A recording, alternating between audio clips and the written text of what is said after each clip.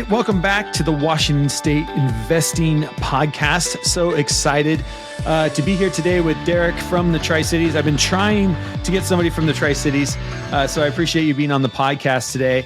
Let's get started. Why don't you tell listeners a little bit about your background? Cool. Hey, Jeff. Yeah, thanks for having me on the podcast and help you to share a story about Tri-Cities in this kind of pocket down in Washington State. So my name is Derrick Stricker. I'm a second-generation commercial real estate person, but I found it on the backside of my career. I was kind of raised up in Tri-Cities, Gonzaga alum, thought law school was most of my life, and went a lot of political routes and internships and steel industry and D.C. and public, 04 election, and realized that's not what I want to do. And so business became my focus in the tail end of college. Ended up getting my MBA in finance and going to Chicago. And I kind of had a career over there in Chicago in kind of finance and investment banking in that last 08 recession, fallout, everything. So I learned a ton in my 5 years in Chicago and came back and realized I wanted to be in real estate. And I kind of saw that growing up. And I knew Tri-Cities, if I gave it 10 years, I knew that we know if we could have a long-term success in Tri-Cities. And so I'm a commercial real estate broker, 12 years in Tri-Cities, kind of started a kind of a mom and pop with my mom and pop, and kind of gone through the franchise and the NEI and the things and started my own firm 14 months ago. And so now Stricker CRE, we do commercial real estate, all forms of it, and property management. And I kind of have a focus of industrial and office and investments. That's kind of what I kind of do, but have a team here in Tri-Cities and pretty optimistic about what's in front of us, no matter what the headlines say. I like that. And when you're property management, is it property management for commercial real estate? Correct. Yeah. Our PM is solely focused on commercial real estate, and we do most things except multifamily, and so I have an SIOR, which is that Society of Industrial and Office Realtors. And so I really had especially during COVID times, that flex of industrial and that need and that helping definitely was the thing to lean on and also upside. So a lot of that, but no multifamily.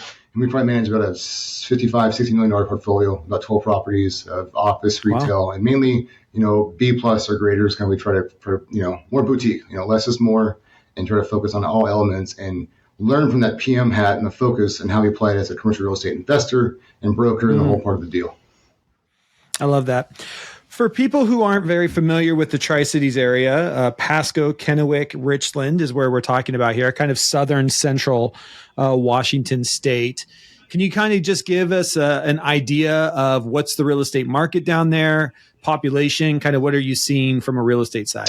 Yeah, so we're 3 cities, but sometimes say 5, right? I mean, it's right, so West Richland's in there too, so 4.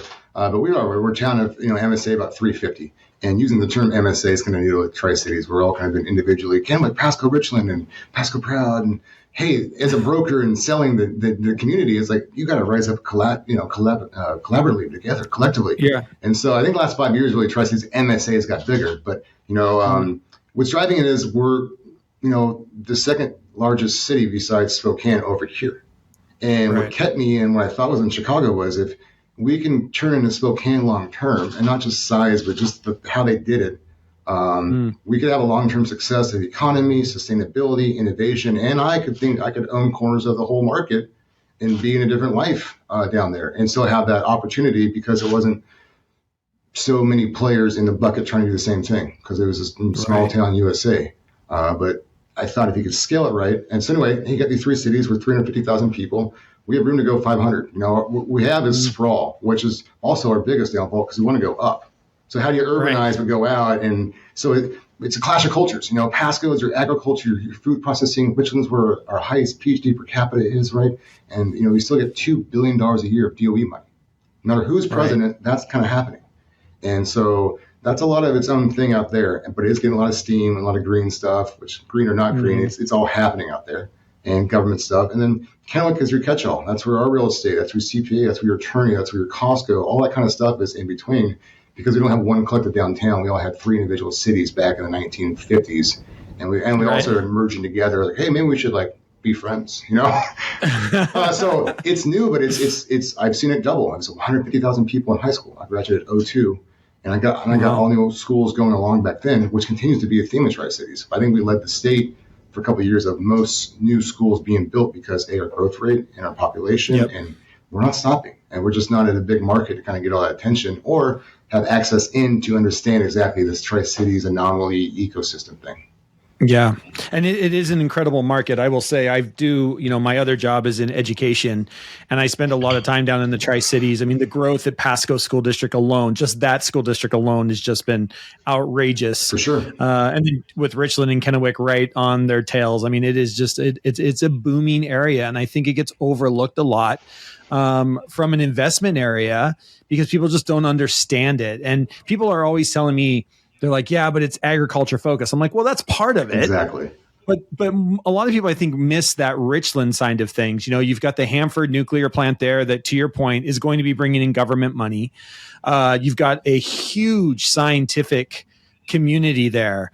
I think there was something I was reading, and I'm going to get the stats wrong, but I was reading an article not that long ago where they were listing like the top 50 scientists in the world, and something like 30 of them had come through Richland. It's like the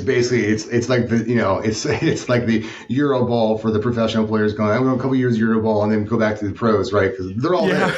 And so I wish we had that, CBA basketball team, Legion C2, but it is. We have some very smart people, and now it's the access to capital for the government side of it, and the private side is finding its way there to give it. And we haven't had tech before. We had ag, and the biggest thing that hit too is wine. Actually, right? That's the biggest thing that's hit in the last 15 years. Is you had all the Canadians come down and buy the whole AVA, mountain, and we have now, whatever it is, like 1 out of 5 wines in the nation. The grapes are from our area, and it's we're the new Napa in a lot of ways, and it's starting to see it as it popped. We haven't seen multipliers, but like that's our tech money that kind of came in with affluent people. And seeing what they do now, step one is get capital invested in the area. Step two is start making moves with it. So you have some silent players kind of been there last 10 years. Like, what are those big players going to do? How are they going to pivot? How are they going to acquire? How are they going to bolt on and take advantage of Tri-Cities opportunity? Yeah. I love that. Let's talk a little bit about commercial real estate in the Tri-Cities area for those that might be interested investing in that area. We hear a lot of negative things right now in the news around commercial real estate. I'm here in Seattle where, it's the headline of the news. We're only at 43% or 48% or whatever the number is of people coming back to downtown. How does that differ from say a place like the Tri-Cities where you're at? I mean, it's exactly what it is the tale of two parts of the state. And, it's from policy on down, but it is. Hey, I was there. I was in CCM conference in Seattle last week. First time they've hosted it, I think, ever. Usually in Chicago, Austin, Nashville. So you had a ton of people, highest professionals over in Seattle for the first time in a long time. And a lot of international dignitaries kind of came over as well. But hey, 38% vacancy, office vacancies. Everyone's moving for the east side, Bellevue, right? They're all moving out of, and we were at the Hyatt Regency. And all the bartenders and priests of us who know the best information is broker or consumer. You go to those people or the doorman, and you're like, hey, is it this bad on here? Like, well, no one's here. It's all remote. And so they've taken over the town. There's no need because remote is a thing. Well, it's slowly coming back. But in Tri-Cities, unless you came here from Tri-Cities in 2020 COVID stuff to remote, and hey, I can sprawl out and get lots of things and water and sunshine. We don't have that here. Our jobs are not remote, and you realize, hey, I can do my job remote, but I'm way better in office. Or if I'm a small business, the makeup of Tri-Cities is you have a lot of DOE corporate stuff, or you have a lot of agriculture, or a lot of family business. So you don't have that giant vacancy or culture clash of go back to work, come back to work now, and the intangible is tangible. So we're just adapting quicker, but since we've never been overbuilt, and I complain more about us having supply issues of, especially in good times, we don't have more than 4 or 5 things of anything. So our economics always kind of hold that steady eddy. So in the down times, it's like, see, I told you so. But in the up times, I'm like, we could be at 10% GDP, but you guys are clapping 3.5. Like, no, like get more, want more. But so it's a clash of the two. So we don't have vacancy issues. We have some office stuff, but really what we're inheriting is that attitude from the West Side, other markets saying, hey, it must be bad here too. I want to talk about discounts and what might be good down there. And like, I hear you. And there's some tightness in these ecosystems and maybe classification classes, right? But like that discount mentality isn't in Tri-Cities. We're still trying to find good properties in good areas with upside. And so, hey, we're not shopping on cap rates. We're looking at cap rates. We're looking at like, all right, what's the market rents and how long are the renewal terms? Are they in underutilized area? A little bit more of that astute investor now is getting past that cap rate and loop that ad and saying, all right, out of the 3 of the 5 things, what's looking good? And that's what I think is that investor that's got a little more patience saying, because, hey, I always think that as a broker, you're shopping me. And we're all looking online, right? Hey, I'm looking at Moses Lake, I got Spokane stuff. This one in Pullman I kind of like is my son. We're all looking at stuff. So the internal part is we have room to grow, and our market rents are still below a lot of, I think, where they should be. And looking back in 12 years, and former economics guy, they should be much higher given what the inflation, life, cost of living, and what it costs to build this now. So it's actually, I see it's a pocket of adjustment coming in the next 10 years of that. The hard part is we're fighting taxes and insurance giant increases besides the actual cost of economics right now too. So there's a lot of costs coming on the horizon for everyone involved without even changes. Let's talk about that. What are you seeing right now about just getting in the real estate investing game? We're kind of in this, I don't know, you can call it weird times if you will. It's weird. It's weird and unknown because every quarter it changes. We're so used to it changing, so we're like, hey, you know what? Let it change a little more. Let's wait one more quarter, let it change, then we'll come back in there. It's like plain double Dutch almost. Like, when do you want to jump in? That's a good way to put it. So what are you seeing, and why do you think is now a good time to be getting in the market? You're mentioning some of these ideas about if you're looking long term, this could be a really good time to get in.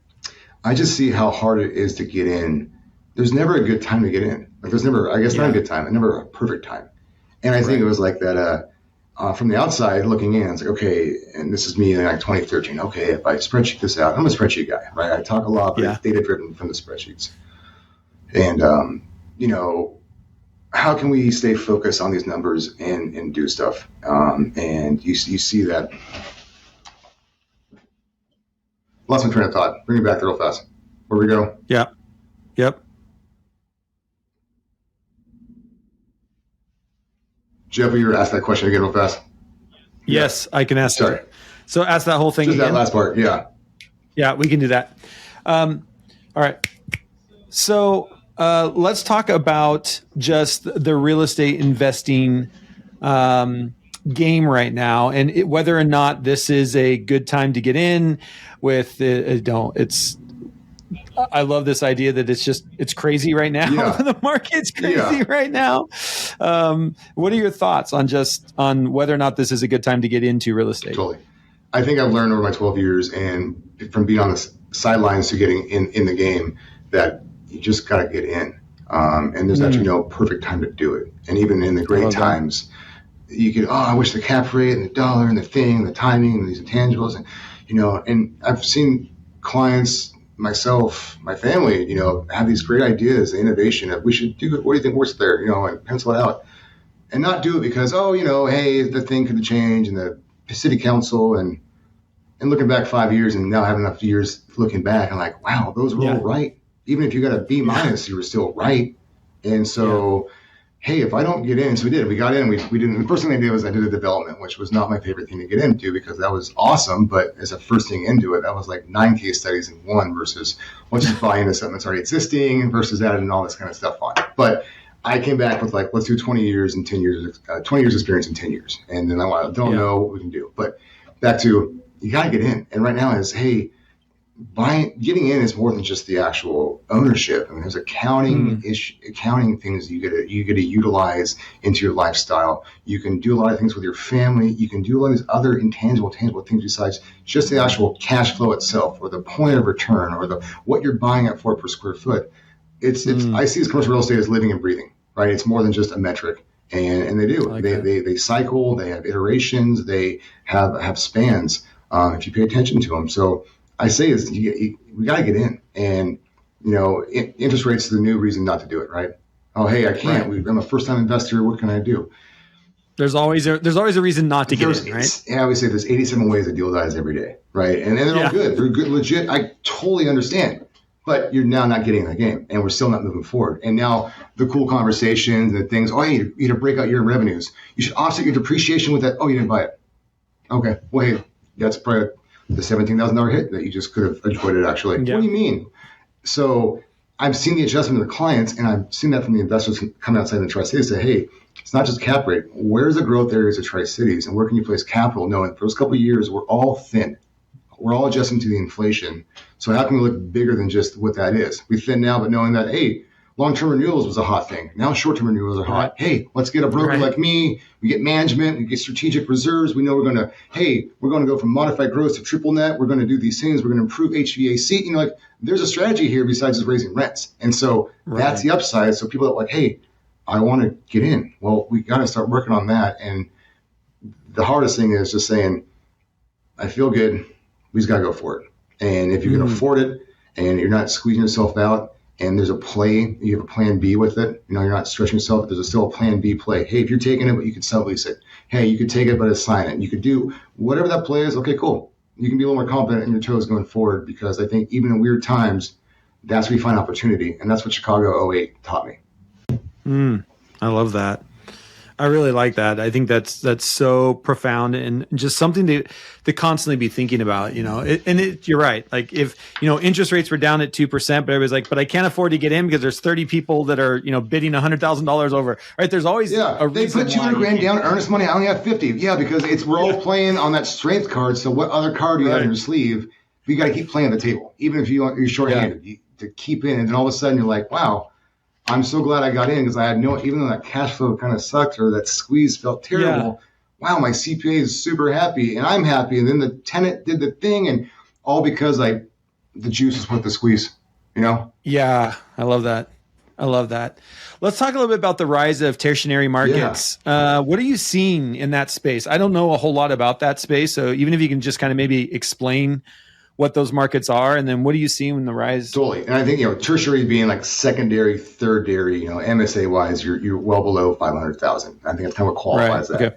And I think that was the biggest issue when I came back to Tri-Cities from Chicago, is how can I scale my business? And I don't want to just, you know, make 100. I wanted to scale it and find margins and do good stuff with it, and, you know, create 100 to 350,000 people, you know, the Moses Lakes, the Yakimas, the Tri-Cities, the Hermiston, the Prospers, the Walls, like all these kind of pockets where you ever know, oh, I have an aunt from there. Oh, my cousin lives there. Oh, you know, like, oh, I love wine, you know, whatever it is, right? It's connection. But like, no one knows what the hell we do out here, you know? Yeah. So the rise of tertiary is not just us in Washington State. It's all over. It's Salem, it's Eugene, and Bend, Oregon. Boise was a tertiary market. And they used to, you know, so like true. You see these things of, you can find them as pockets. Well, what makes them? And these are like a natural, you know, outdoorsy thing that helps add it. Well, we got the Columbia River. You know, we're the third largest river. You know, we still have the hydroplane races, which is big for a lot of people. Some people, you know, I don't know why we don't have like a pro wakeboard competition set up here yet. I actually tried like 12 years ago to help. Like, hey, you need to get Parks Bonifay and all these dudes back in the day. You know, like have fun with it, but they're still worried about like, you know, paddle boats and stuff. Anyway, so they rose because people were like, oh, hey, are you really like $70 a square foot? And you pay a double? You know, like, I'm used to paying, you know, $19 for a Frappuccino in Seattle. $6 and similar stuff looks pretty good over here. So all of a sudden, like, hey, these other markets, what do they have? And they're investing in access to brokers is always tough, but like Moses Lake is blown up. Wenatchee is blown up, right? There's two, and I got East Wenatchee. So good, they got two. So all of a sudden, you know, hey, Yakima's on the rise coming back, but Tri-Cities have kind of gravitation, but you've seen people make money, and that's kind of driving more investors, more listeners, more followers, because commercial real estate was really like, I feel like, you know, barbaric and analog when I came in 12 years ago. And it's still very much behind and catching up and all that stuff, and a lot of focus and more money behind it. But the rise is this. They can do well. What was unknown is now known. We now have information. I'm not saying CoStar thank you, but a little bit thank you maybe to help get some stuff out there and known as like, okay, hey, it's not just some tumbleweed broker telling me some fluff stuff I don't know about, and you know it's all good. You know, he doesn't know what triple net even is. So, but that was the first few years kind of battling like, well, hey, do you even know what you know? And it's like, hey, I'm gonna get my CCIM. I'm gonna get real fast. You know, just these things that ever know that even we live in a smaller market, but we know the same methodologies. We know the same foundations. You know, well, you break down a 50,000 square manufacturing versus 5 million. It's very similar but different, yes. But so I think that's the rise, and the rise is, hey, COVID, money, easy to get to. All of a sudden, everyone competing in the big city, but they want to get in the game. It's easier to spend $250, $550, $1.25 in our markets versus getting you half a condo, you know, in Seattle. So I think that funneled through these tertiary markets, and the industrial kind of, hey, every market, no matter how small, needs a good industrial footprint. Or these national firms need these things, and or if Amazon doesn't. So between like logistics and distribution and the industrial footprint, those and the tertiary markets kind of gave life, because you can only have so many QSRs in a corner in a big city. So they have to come somewhere else.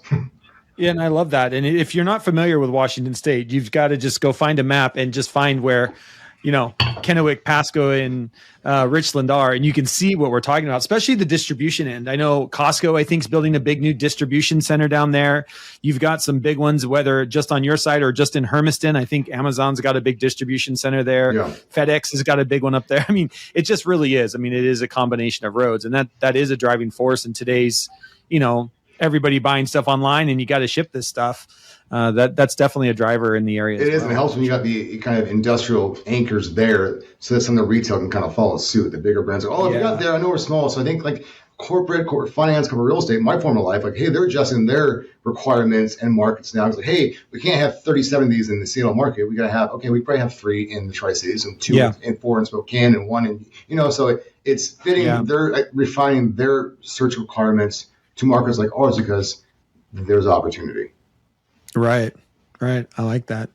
Let's talk about a little bit about being a commercial real estate broker. How do you, reach out to someone like you if I'm interested in commercial real estate? How important is that partnership and being able to, I guess, closely define what you're looking for when you're working with a commercial real estate broker? For sure. And I think we didn't disclose this early enough, but I'm in Halloween outfit, and I don't always dress this way. And the guy is optional. Sometimes. If you're looking at the video version, you're like, what is this guy is really... We are recording on Halloween. Yeah. Sorry, we should start. I'll say that in the I'll say that in the pre-post. Okay. Yeah. You find a broker who's full commit like me, right? And it's all in. It's just, that was all on point. No, I mean, I think it is. The brokers have the information. We're living this. I feel like my job's kind of like part athlete, just to kind of get in it and know it and read it and digest it and think it, sleep it, so that when I talk to my clients, I'm just plugging them in. Versus like, hey, this is how we, and there's part of that true, but I, worked on kinds of clients. So as a broker, brokering deals, and helping find investors, I think is reach out, look online, who's got listings. If they have listings, they must have some credibility to keep those listings and keep those clients and, those kind of things. And hey, what do you need? What are you looking for? And I think the best thing what I do is, I always qualify as a broker and as a consumer. Yeah. I'm always qualifying. Either they may know it or not know it. And so how busy are you? Do you have bandwidth? These things I ask myself before I what's this coming down? Because let's all be upfront. Hey, what are your expectations? Oh, hey, I talk once every 2 weeks. Okay. Does that work? So as a person looking for broker and information investing, I think, hey, being upfront with what you're looking for. I don't know what I want. Hey, that's a good thing. I have some capital. I'm interested in the area. Could you send me some information on the area or some recent deals you've done or recent deals that you thought would be interesting for me to learn about? Because it's hard to come in and like, hey, sell. It's like, well, here's information so you can kind of acclimate yourself to our elevation of Tri-Cities MSA. Is that higher? Is that super expensive or super cheap? I don't know until you acclimate what's going on, right? At CCIM, I learned that in Vancouver, BC, flex retail is $100 a square foot plus net. Holy smokes. Wow. That's 5 times Tri-Cities on brand new costs. But you don't know that until you acclimate, right? So ask your broker that information and say, hey, this is what I'm looking to do. This is, things are changing. And I would say this, be broad, because in tertiary markets, we have one of every 3 things. So if you want to digest the information and actually be engaged with the broker, you probably want to have a little more stuff to look at and talk about. Because I think if it's, hey, I'm looking for 3,000 square foot, a single tenant, a triple net rent for sure, and it's got to be in a good corner, built before, but after 2015. And okay, well, hey, you may not talk to me for 6 months because that thing isn't come up in the rotation for me to get the thing. So how can you help us by kind of engaging with what you want to do and being a consumer? And I think some of my favorite clients are ones that play the sport with me. We're all jazzed up about it. And we're not even just doing the deal yet. It's just like, oh, did you see that? Yeah, hey, I know. But if I thought, I would have actually valued it. Oh, good thought. That's who's on the top of mind radar and is exciting to do deals with. It's just as a broker talking to clients. And not all clients that way, obviously. But you can find them. And I think, also from an outsider investor, find a broker's personality that kind of fits you. Sometimes it's hard based on size, location, and market, and number of people who work eyeliner. But but it's like reach out. But I think this: be upfront. State what you know and don't know.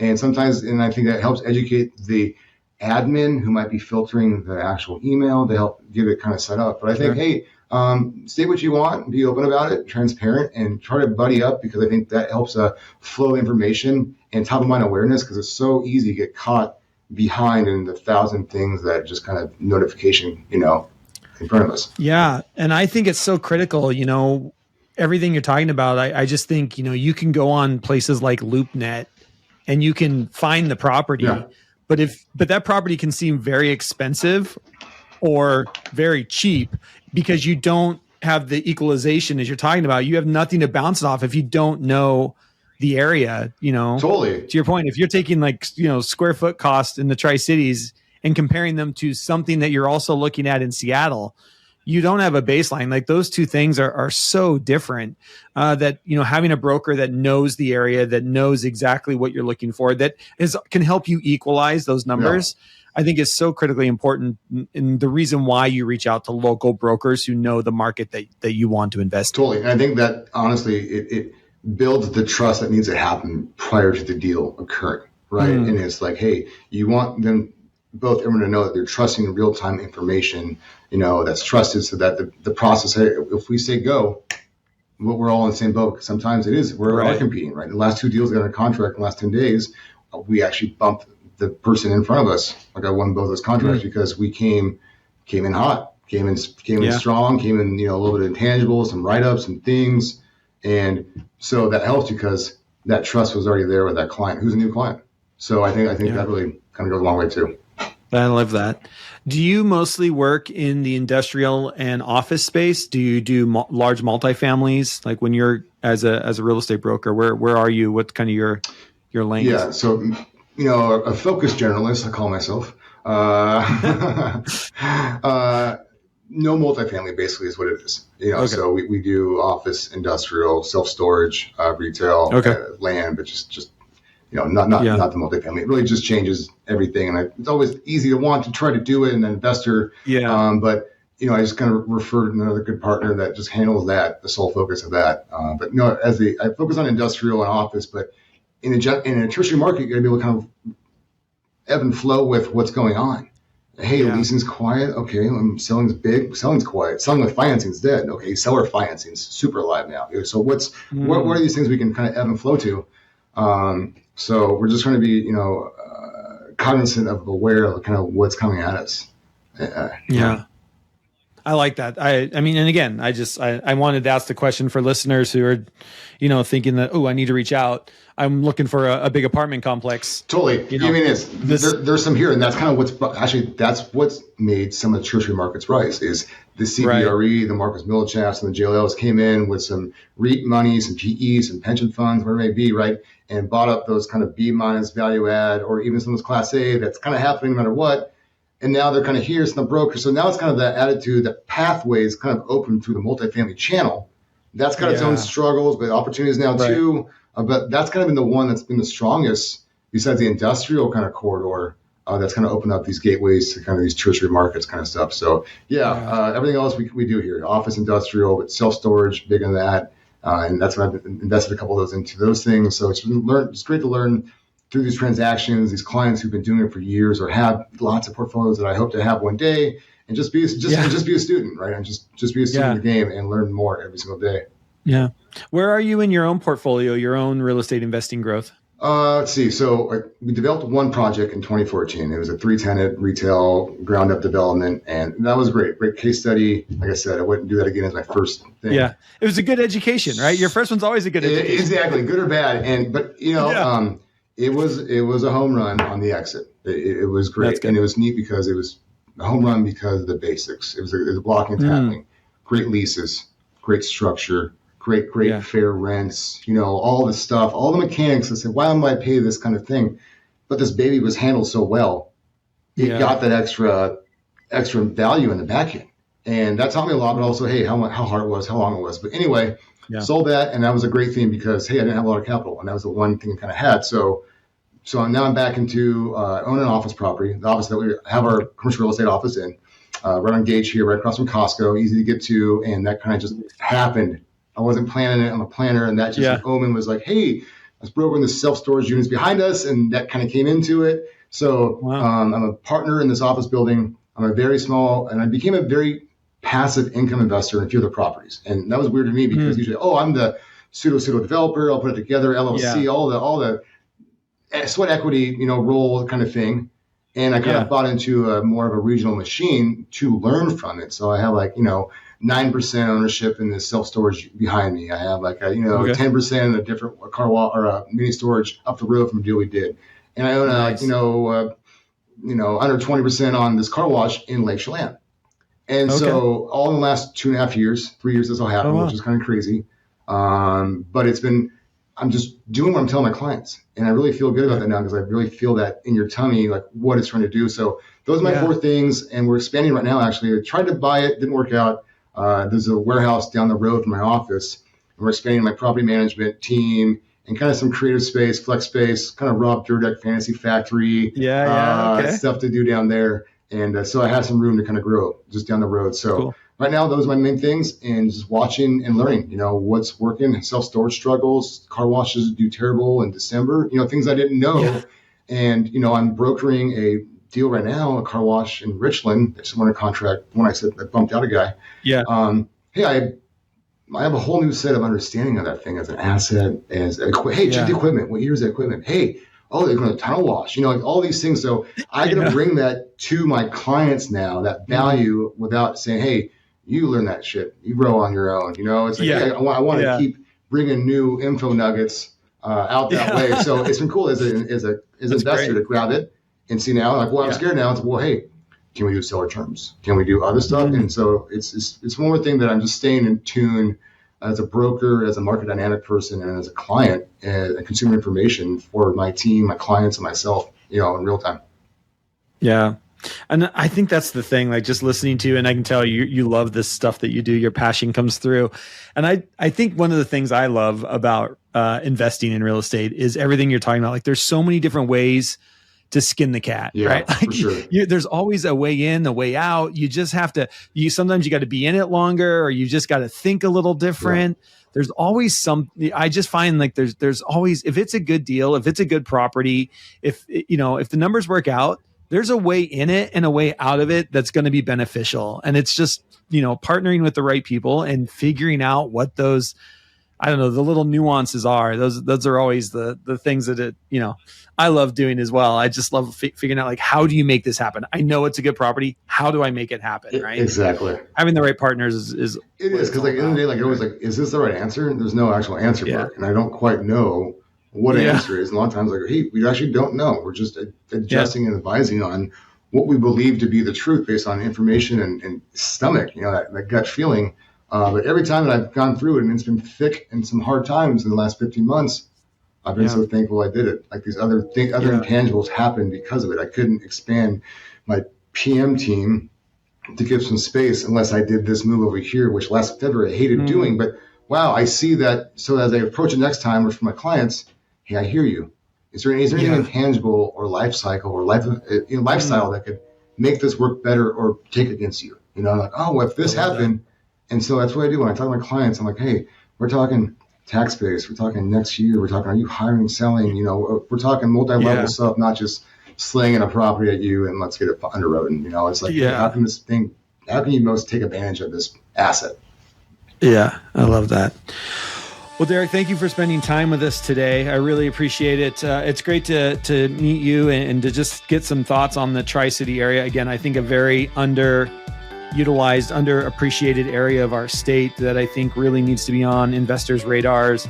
And the commercial side of things, to your point, the industrial that is really driving, I think, that area right now. The commercial's right there I mean, there's just a lot of things happening in the Tri-Cities, and I think it's a great time. I keep telling my wife, I'm like, we got to get in. I mean, it's always a great time to get into real estate, right? That's my thing. Like, we just got to get in. We're really heavy in Spokane, and I just want to, I want to drop down in some other areas. Hey, I was kind of noting an article last night because Natural Grocers opened up, and Trader Joe's has been like flirting with us for a decade, right? And I don't plan to do it. I'm just wait for it. But I was like, hey, actually, Natural Grocers coming here makes Trader Joe's need to be here actually better now and more efficiently because hey, they have to give it market share. Hey, it was one go, so Spokane's coming down. We have opportunity. It's weird, but like just get to know us, and it's not so weird. I love that. Just get to know us. We're not so weird. Awesome. If people want to reach out and contact you, learn more about the products that you might have for rent, for lease, for sale, what's the best way for them to do that? Most of our handles are at StrickerCRE, StrickerCRE, Instagram, YouTube, Facebook, LinkedIn, Derrick Stricker, and my other stuff. But we got there. I got a little marketing team. We have a lot of listings going live, and we're doing something different with our stuff. We're trying to approach it. We want to give you guys the information easier so we can interact better. And so stay tuned for all that kind of stuff. Awesome. And we'll make sure all of that is in the show notes to make it very easy for people to be able to click and contact you. Derrick, thank you so much for your time today. Really appreciate you spending some time with us on the podcast. Hey folks, I want to introduce you to Inspectify, our partner that is transforming the way properties are inspected. Whether it's new construction, acquisition, sales, unit turns, or renovations, Inspectify can capture your inspection data swiftly and efficiently. Customizable inspection scopes, cutting-edge tech, and an API integration promise high-fidelity property data with every report. They also have unique insight into permits and appliances, protecting your investment from potential pitfalls. Ready at a moment's notice, Inspectify ensures excellence with proprietary tech, top-notch customer service, and coast-to-coast coverage. Want to learn more about what Inspectify can do for you? Listen to episode 30 of the podcast, where I interview CEO Josh Jensen. Don't wait. Visit inspectify.com now and enter the future of property inspection with Inspectify.